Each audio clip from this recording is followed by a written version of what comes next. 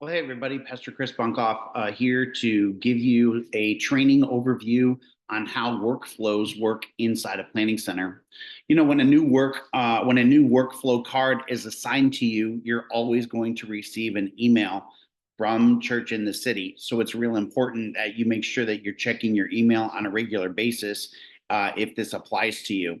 When you get a new card, that'll always be the subject. A new card is ready for you. And then usually it's going to tell you what workflow that this is tied to. In this case, this one, as an example, is for City Connect, and it's an iServe workflow card.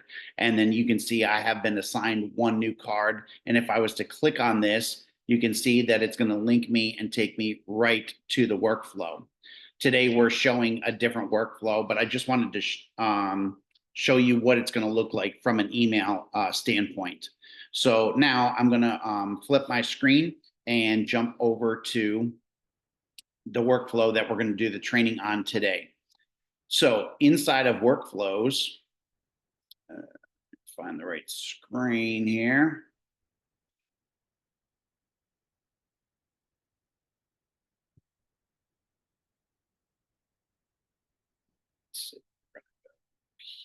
Here, close, boom. There we go.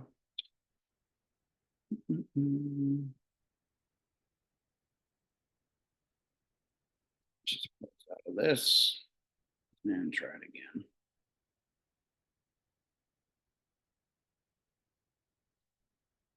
Here we go. All right. Sorry about that. Okay, so when you are assigned a new workflow and you click on that link, it would take you into the workflow that it is. We have workflows for all kinds of different things. It might be following up on a first-time guest. It might be a prayer request. It might be something related to the building. Whatever the workflow is, depending on what area of ministry you serve in, this training is going to give you an overview on how the different steps and functions of a workflow work. They apply across all workflows depending on your permissions.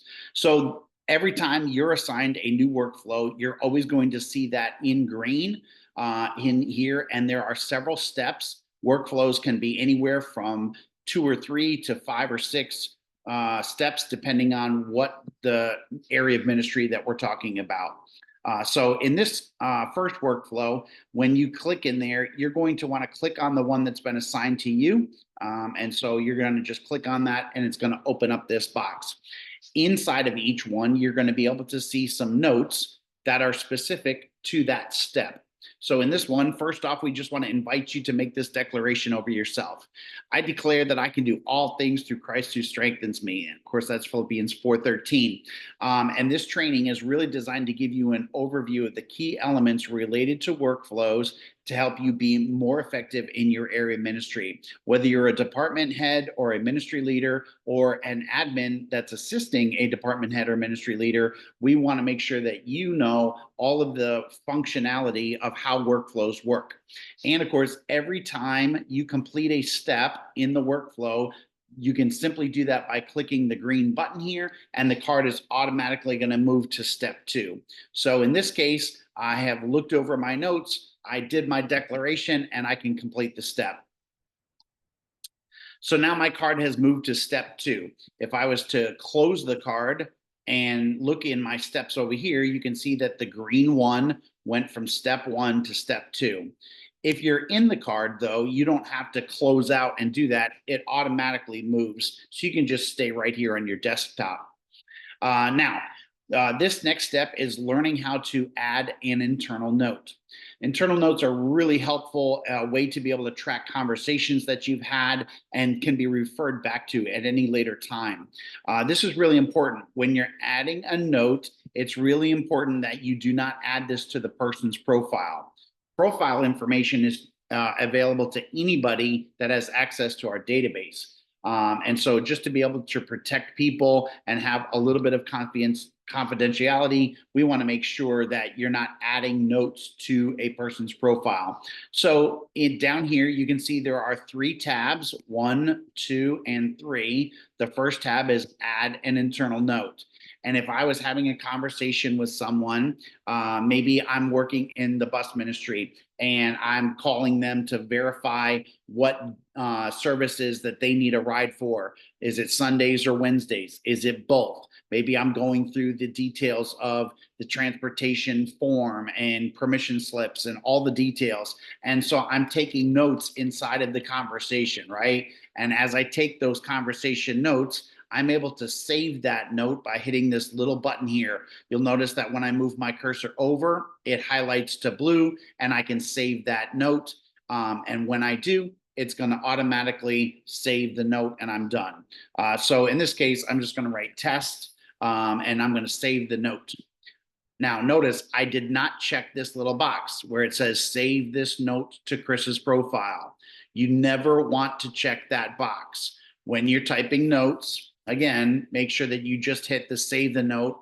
And basically, it's going to save the note assigned in this card, and only the people that have access to that card can see those notes. But this can be very helpful for you to refer back to it. Maybe it's a prayer request and you're praying with someone and then visiting them at the hospital and getting them meals, and we're following back up and we're waiting for the doctor report and we hear that they got healed and we want to capture that testimony. All of those notes can be documented in here, okay?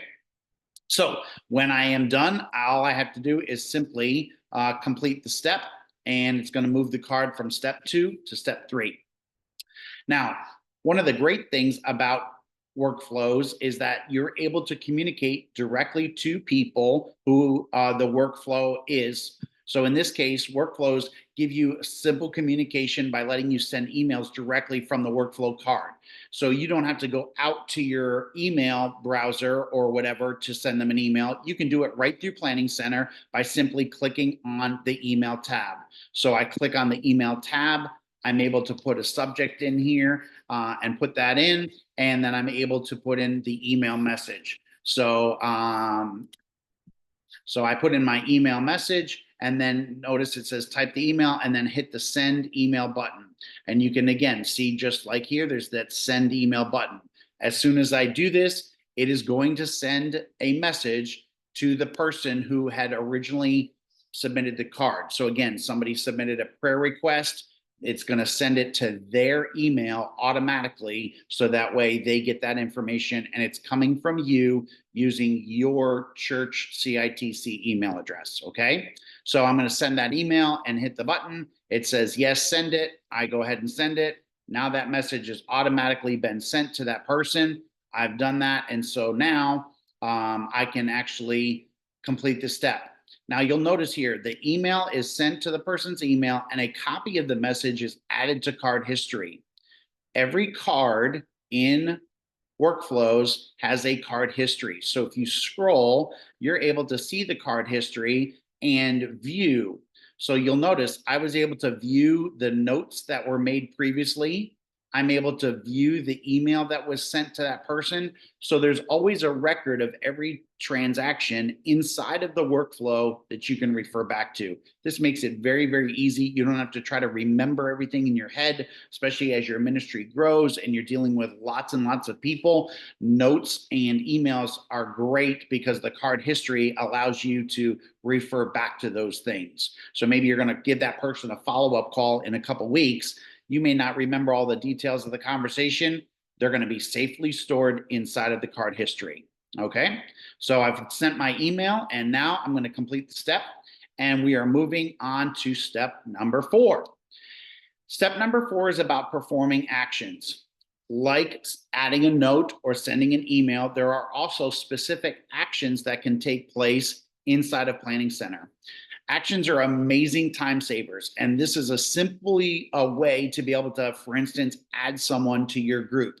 So let's say somebody comes and they say, hey, they come to the covenant membership class and they say, hey, I'd like to join John and Sally's life group. Okay, great. Then when it comes and that card is assigned to you, you could actually connect them to the group by performing an action right inside of the workflow. So where do you do that? Well, if I scroll up a little bit, remember we had our first tab was internal note. The second tab was send email. This one is perform action. So we're going to just follow the steps to be able to connect them to a group. So the first thing it says is select the perform action tab. In the application dropdown, we're going to select groups. Okay. In the action dropdown, we're going to say add to a group. Now, which group are we going to choose? Well, let's say we're going to be able to add them to somebody's specific life group. You notice that there are iServe groups, there's outreach groups, there's all the different life groups, unique groups. Any group that's been created in here is listed, and I could simply add that person to a group, and it would automatically notify the leader of that group, which may be you, or it might be somebody else that you're assigning it to, again, depending on the scenario, the situation, and the permissions, okay?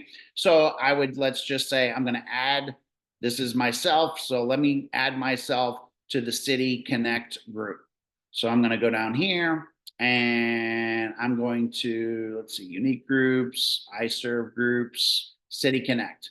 So I'm gonna add to the City Connect group, and then the role. Anytime you're adding someone to a group, they're always going to be a member. You're the leader, they're the member. So I'm just going to make that person a member, and I can click this little box to notify the person. This sends them an email to let them know that they're being added to the group. Now that's going to show up on their phone. So when they go to the Church Center app, it's going to show, if they were to go to their groups, that they've been added to the different group or whichever group it was. So that is super important. You can just go ahead and send them a notification, and then you're going to go ahead and perform the action. So I'm going to perform the action. It asks you, are you sure? Yes, I'm sure. Notice it update, sends me a finished. I've performed the action, and then I can go ahead and complete the step. Super simple. You guys are getting the hang of it. All right. In this next step, number 5, we're going to talk a little bit about reassigning cards. Reassigning cards is a feature that is limited to only those with permissions. For some of you as leaders, you will not be able to reassign a card based on your permission level, but you may have a card that was assigned to you, okay? So again, department head leaders, you guys probably are going to have this permission, but you might have somebody on your team and you're just assigning them a card. They won't have that permission. Anyway, as an example, again, we talked about department heads and assistants. Now, this might be part of a workflow for accountability. So let's say I get a card and I want to assign it to a member of my team, and I want them to do the follow-up steps for that workflow.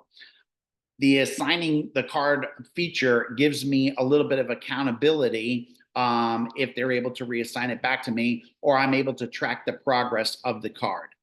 So to simply reassign a card, again, if you have this permission, not everybody will, but if you have this permission, you're going to see this area over here. You'll notice that my picture is here, it's got my name, and underneath it, there's this blue button that says reassign a card. If you do not see this in your workflow, it just simply means you don't have permission, and at this time, you don't need permission. So just kind of disregard, I guess, at this point. But I want to make sure for those that do have this permission that you know how to do it. Basically, you would click on the blue assign button, and you would type in the name of the person that you want to reassign the card to. It starts to auto-populate from the database, and then, of course, you could click on the person's name, and as soon as I do that, it's going to reassign the card to that person. It happens automatically. So once you hit that reassign button, it does it automatically, okay? Now, I can also go down here and I can look at the card history. Notice Chris Bunkoff was automatically assigned to this card.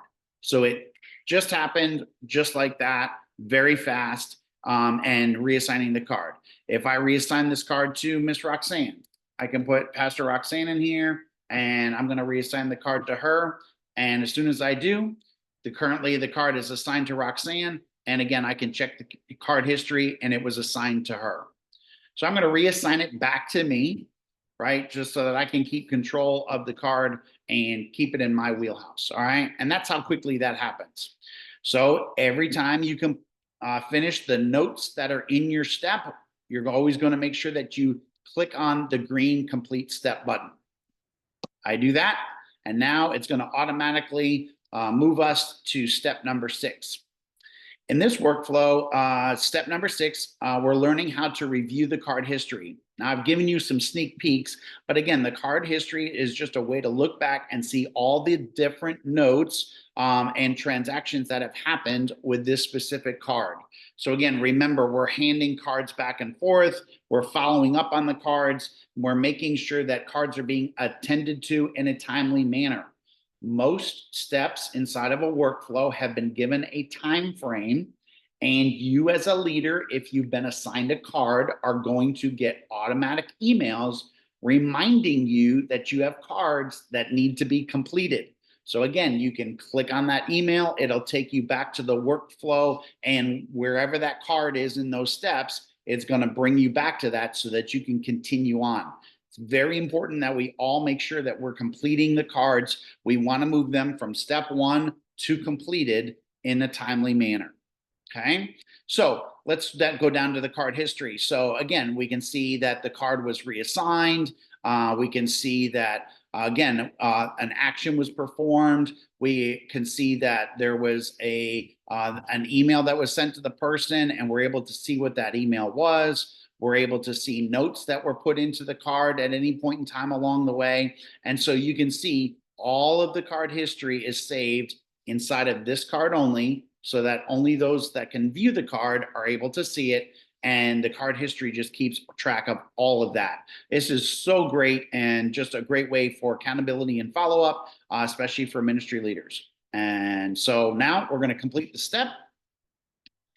And congratulations, you have finished the workflow training. Pat yourself on the back, right? Give yourself a big high five. Congratulations.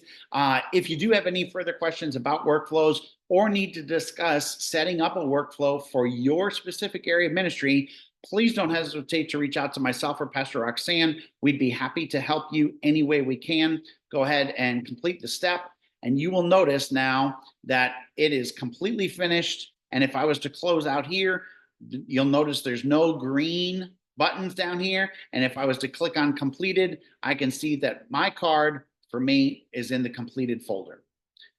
Guys, that's how it works. Workflows, again, just a great way to be able to keep track of things. Maybe you're onboarding new members to your team. Maybe you're working through different processes to making sure people are getting their background checks, tour of your ministry, prayer request cards. There's all kinds of ways that workflows can be used for your area ministry, and we'd love to help you be more effective, more efficient, so that we can love, grow, and serve others. God bless.